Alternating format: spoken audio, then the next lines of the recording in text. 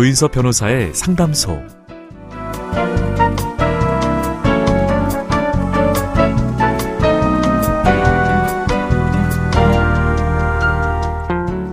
어서 오세요. 기다리고 있었습니다. 무슨 일이 있으신가요? 편하게 말씀하세요. 제가 들어드리겠습니다. 속 시원하고 정확한 자문으로 법률 문제를 풀어드리는 조인섭 변호사의 상담소, 지금 바로 문을 열겠습니다. 저는 조인섭입니다.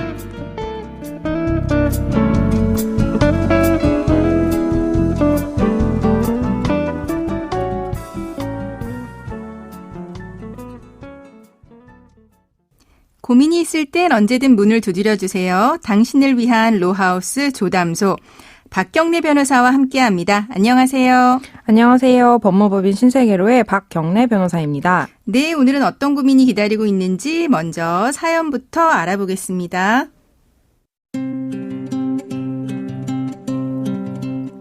저는 남편과 살아온 세월은 20년 정도 됐지만 그중에 10년은 이혼한 뒤 사실혼 관계로 지내왔습니다. 남편이 다른 여자와 바람을 피워서 이혼했기 때문입니다.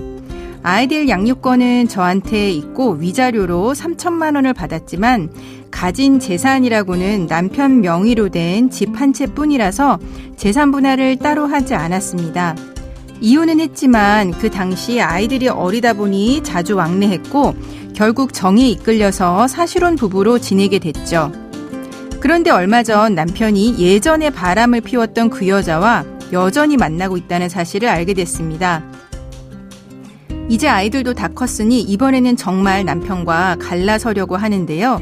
남편이 이제 우리는 정식 부부도 아니니 재산 분할할 것도 없고 설령 하더라도 10년 전에 협의 이혼했을 때 이 집에 대해서는 재산 분할을 하지 않았기 때문에 지금은 아무것도 할 수 없다고 합니다.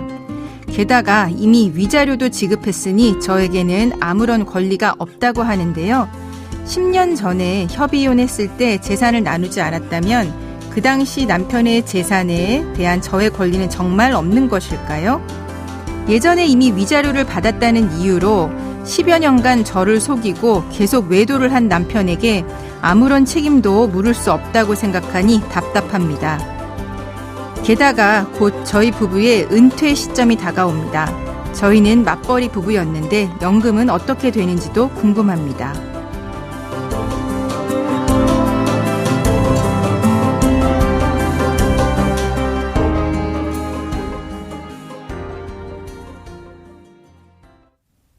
사연자분은 10년 전 협의 이혼을 하셨어요. 근데 살림을 분리하지 않고 10년 동안 다시 사실혼을 지속해 오신 거죠. 아무리 이혼을 하셨어도 함께 살아오셨다면 사실혼 부부라고 볼 수 있을까요? 네, 우리나라는 사실혼 관계도 보호를 하고 있는데요. 근데 사실혼 부부로 인정을 받기 위해서는 주관적으로 혼인의 의사가 있고 객관적으로 부부 공동생활의 실체가 있어야 합니다. 근데 네. 사연자분께서는 자녀들을 함께 양육하면서 남편과 함께 부부로서 생활을 해오신 것으로 보이기 때문에 네. 사실혼 부부로 볼 수 있겠습니다. 네, 그리고 실제로 이혼을 하고서 이렇게 같이 사는 경우도 좀 종종 있지 않습니까? 그죠? 네, 맞습니다. 네. 어쨌거나 이 사연자분은 10년 전에 협의 이혼을 했을 당시에 집에 대해서 재산 분할을 따로 하지 않으셨어요. 그렇다라고 하면 지금 이혼한 지 꽤 됐는데 이혼한 지 일정 기간이 지나면 재산 분할 청구할 수는 없는 거죠? 네, 맞습니다. 우리 민법에 의해 이혼한 지 2년이 지나면 재산 분할을 청구할 수 없습니다.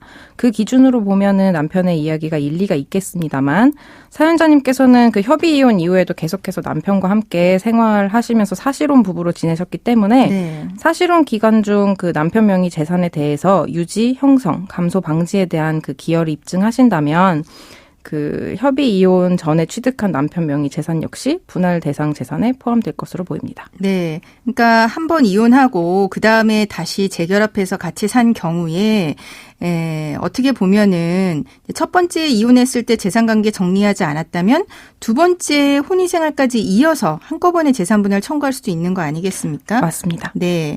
사연자분은 10년 전에 협의 이혼을 했을 때 위자료를 받으셨어요. 그리고 10여 년간 사실혼 관계를 유지해 오셨는데 이미 예전에 위자료를 받으셨다면 위자료의 경우 이번에 사실혼 관계가 파탄난 거에 대해서는 책임을 물을 수가 없을까요? 그렇지 않습니다. 사연자님께서 10년 전 협의이혼 당시에 위자료를 받으신 것은 그 당시 있었던 남편의 부정행위에 대해서 위자료 손해배상을 받으신 것입니다. 그렇죠. 예. 네, 우리 가사소송법은 그 이혼을 원인으로 하는 손해배상 청구권을 인정하고 있고, 네. 그 실질은 불법 행위에 의한 손해배상 책임입니다. 네.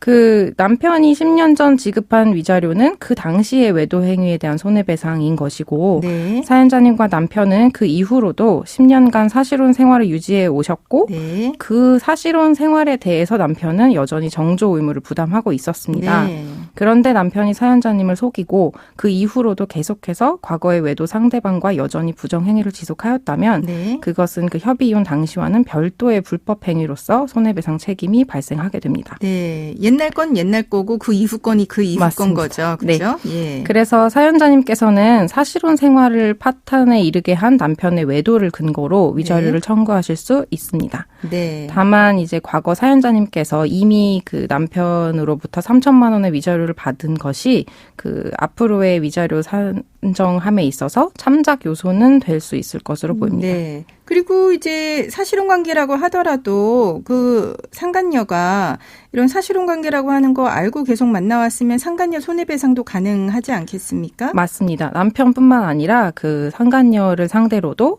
그 사실혼 파탄의 원인을 제공한 것에 대해서 손해배상 청구를 하실 수 있습니다. 네, 이게 시효가 있을까요? 네, 이 민법은 불법 행위에 의한 손해배상 청구권의 소멸시효를 그 불법 행위가 있음을 안 날로부터 3년, 그 네. 행위가 있은 날로부터 10년으로 정하고 있기 때문에 네. 사연자님께서 남편의 외도가 있었음을 새롭게 이번에 아시게 된 날로부터 3년 내에 손해배상을 청구하시는 것이 안전할 것으로 보입니다. 네. 그리고 또 사연자분이 연금 수급 문제도 궁금하다고 하셨습니다.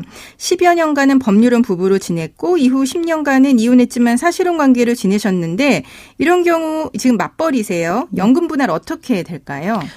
사연자님께서 맞벌이를 하셨으면 아마도 사연자님께도 그 연금 수급권이 발생할 것으로 보입니다. 네. 사연자님과 남편은 서로의 연금에 대해서 분할연금 수급을 청구할 수 있는데요. 네. 누구의 연금 수급액이 더 큰지에 따라서 사연자님이 분할연금 수급권을 행사할지 안 할지를 결정하시는 게 좋겠습니다. 네. 사연자님의 연금 수급액이 남편의 연금 수급액보다 크다면 네. 서로에 대해서 연금 수급을 청구하지 않는 것으로 합의하시는 게 더 유리할 수 있습니다. 네. 다만 남편 연금 수급액이 사연자님의 연금 수급액보다 많다면 그 우리 연금법에서는 중혼적 사실혼을 제외하고는 그 법률혼 배우자가 있지 않은 경우에 사실혼 부부의 경우에는 사실혼 기간에 대한 연금 분할 수급권 역시 인정하고 있습니다. 네, 그러니까 사실혼도 연금 네. 다 분할 받을 수 있다는 거죠. 네. 그래서 사연자님께서는 그 종전의 법률혼 기간 그리고 사실혼 기간까지 합쳐서 해당하는 기간 동안의 분할연금 수급권을 행사하실 수 있을 것으로 보입니다. 네, 네. 사실 이제 평균 수명 기간이 굉장히 길어지면서 연금에 대해서 관심이 많으세요. 네. 예전에 제가 변호사 처음 생활 시작할 때만 해도 연금에 대해서는 그다지 이혼할 때 관심이 없으셨는데 지금은 이제 이혼할 때 연금을 항상 챙기십니다. 이 연금 같은 경우에는 법률에 의해서 연금 분할 수급권이 거의 뭐 정리가 돼 있는 상황이지요. 네, 맞습니다. 네. 그러면은 지금까지 상담 내용을 정리를 해보자면 사연자분은 남편분과 10년 정도 결혼 생활을 유지해 오시다가 협의혼을 하신 뒤에 이후 10년 정도는 사실혼 생활을 유지해 오셨습니다. 최근 다시 이혼을 준비하는 과정에서 재산 분할 문제와 연금 수급에 대해서 궁금해하셨는데요. 우리 민법에서는 원칙적으로 이혼한 지 2년이 지나면 재산 분할 청구를 할 수 없도록 하고 있습니다. 하지만 사연자분 같은 경우는 10년 전에 협의 이혼을 하셨을 때 재산 분할을 안 하셨더라도 이후에 10년 동안 사실혼 생활을 이어오셨기 때문에 그 기간 중에 남편 명의의 재산에 대해서 사연자분이 기여하신 부분을 입증하셔서 재산 분할 받을 수 있을 것 같다라고 이야기해 주셨고요.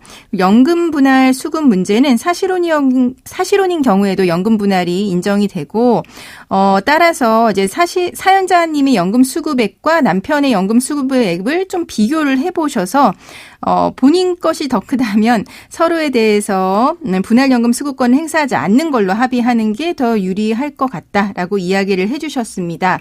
네, 조인섭 변호사의 상담소 청취자분들의 사연을 기다리고 있습니다. 사연 보내시는 방법 알려주세요.